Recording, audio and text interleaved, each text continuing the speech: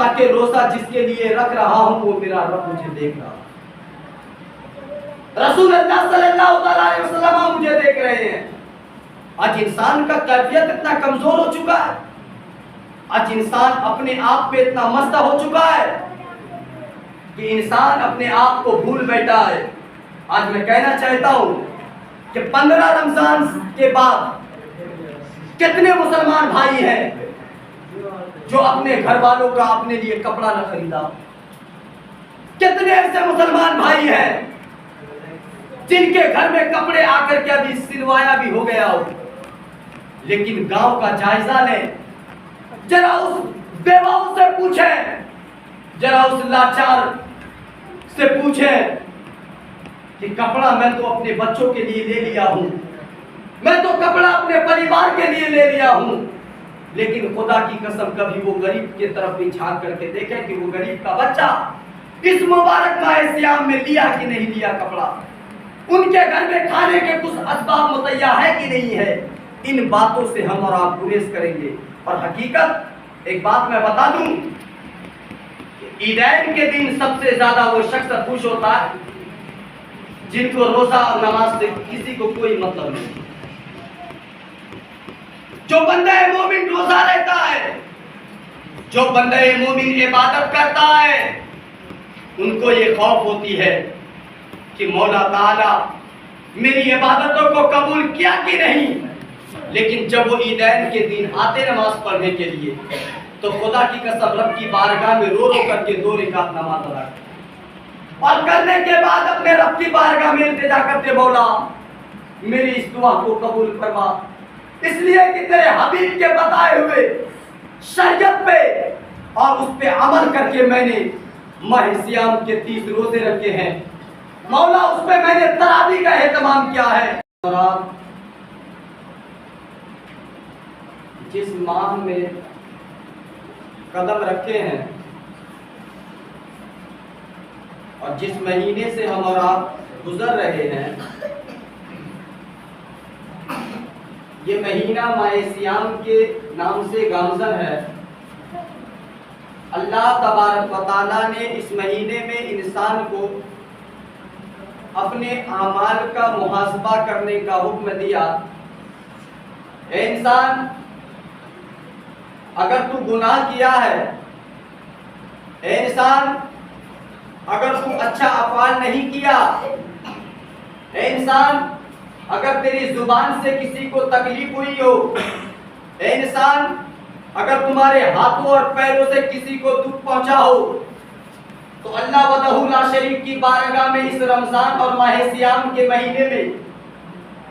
اللہ تبارک و تعالیٰ کی بارگاہ میں رو اور گریہ جاری کر. اللہ جبار ہے, رحمان ہے, رحیم ہے,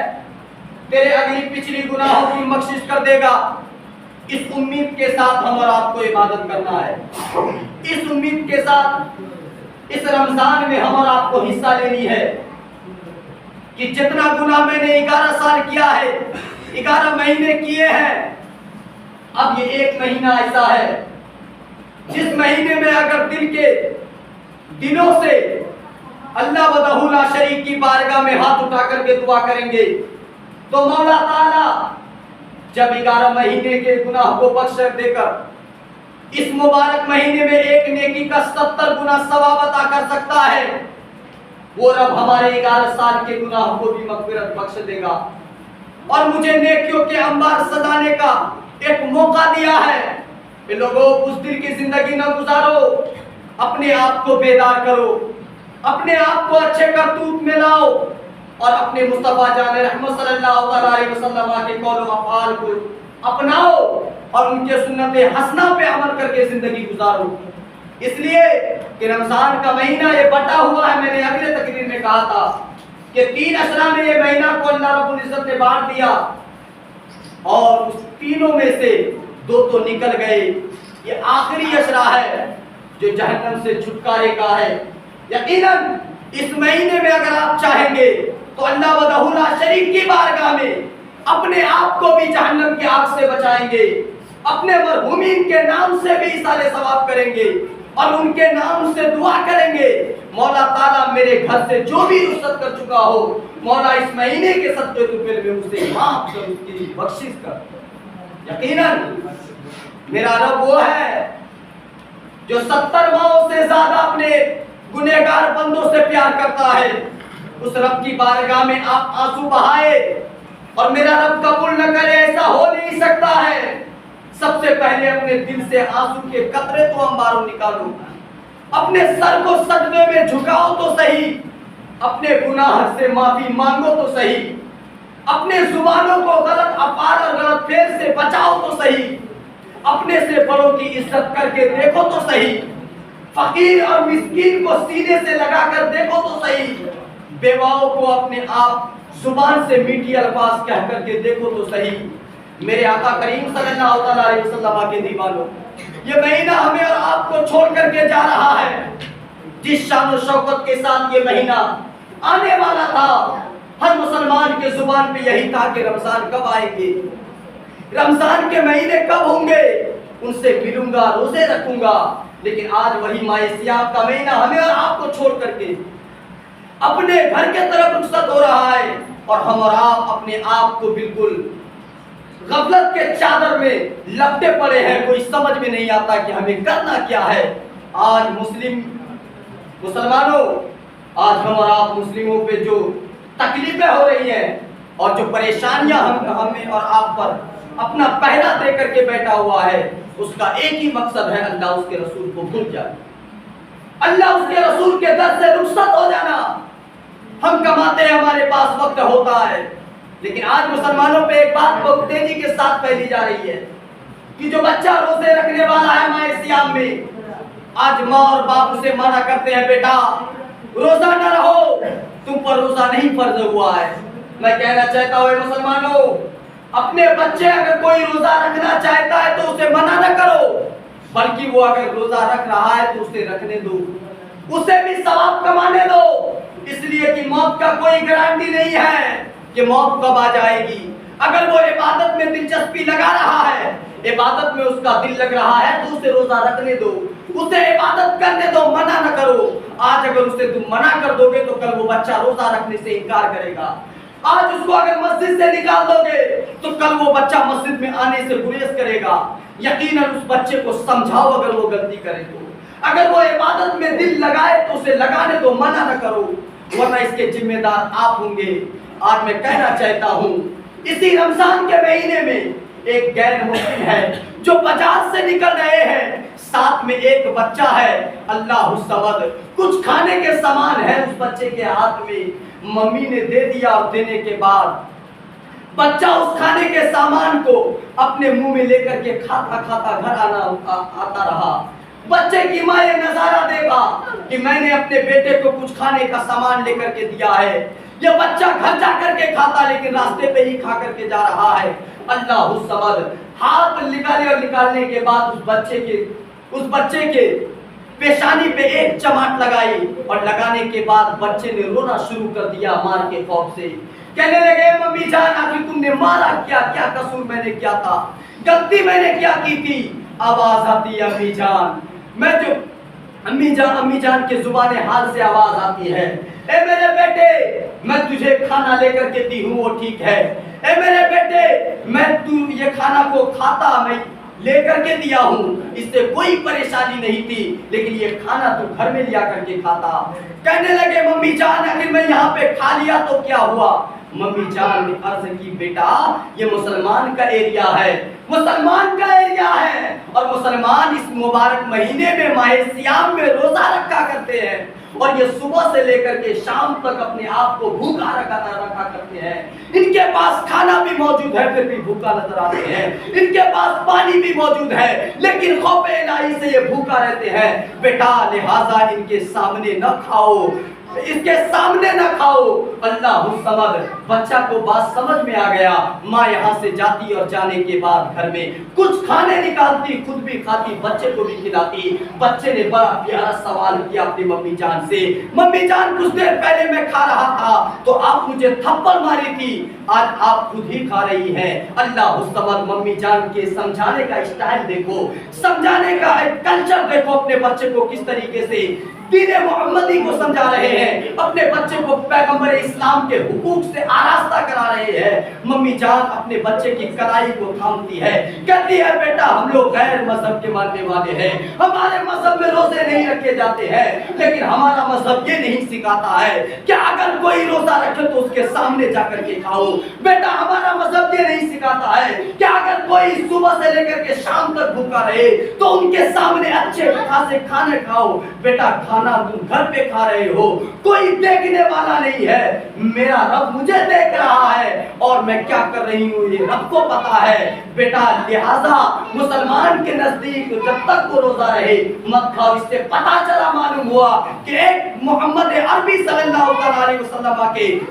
غلاموں سے جب ایک غیر محرم کو، ایک غیر مسلم کو عبرت کا مقام ملتا ہے تو ہم تو مسلمان ہیں، نہ جانے کتنے گناہ کر بیٹھے ہیں، شرم نہیں آتا اپنے گناہ پہ پچھتانے پہ، ہمیں یہ نہیں آتی کہ اللہ وحدہ شریف کی بارگاہ میں جھکوں، ہمیں یہ نہیں ہوتا کہ اللہ وحدہ شریف کی بارگاہ میں اپنے آپ کو جھکا دوں، اس لیے کہ اللہ تبارک و تعالیٰ کے حبیب فرماتے ہیں، میرے آقا کریم صلی اللہ علیہ وسلم نے ارشاد فرمایا نماز میری آنکھوں کی ٹھنڈک ہے، جب تم نماز پڑھتے ہو تو میری آنکھ کو ٹھنڈک پہنچتا ہے۔ حضرات گرامی، میرے کہنے کا منشا یہ ہے کہ اس ماہ سیام کے مہینے میں ہم اور آپ نے جو عبادت کی ہے یہ عبادت بہت کم ہے، یقیناً یہ آخری اشرہ ہے، جو عبادت جتنا چاہے لوٹ لیں، جتنے نیکی کو چھپانا چاہتے ہیں چھپا لیں، اس لیے کہ عبادت کے بھی دو طریقے کے ہوتے ہیں، ایک باطنی عبادت ہوا کرتی ہے، ایک ظاہری عبادت ہوا کرتی ہے۔ باطنی عبادت چھپے ہوئے کو کہتے ہیں، ظاہری عبادت کہتے ہیں جو دکھا کے کی جاتی ہے۔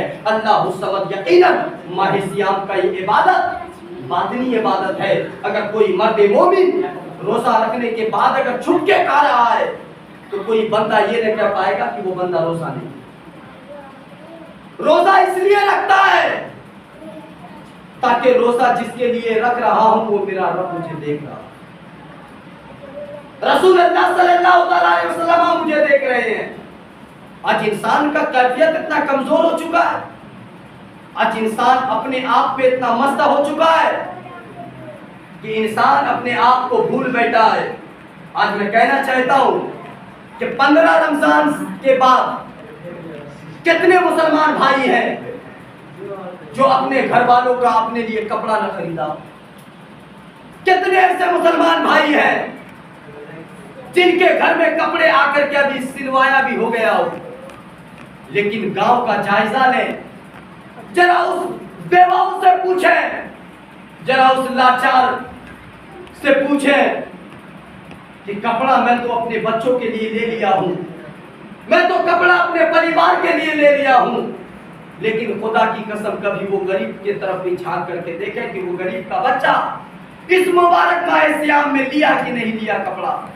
ان کے گھر میں کھانے کے کچھ اسباب مہیا ہے کہ نہیں ہے۔ ان باتوں سے ہم اور آپ گریز کریں گے۔ اور حقیقت ایک بات میں بتا دوں، عیدین کے دن سب سے زیادہ وہ شخص خوش ہوتا ہے جن کو روزہ اور نماز سے کسی کو کوئی مطلب نہیں۔ جو بندہ مومن روزہ رہتا ہے،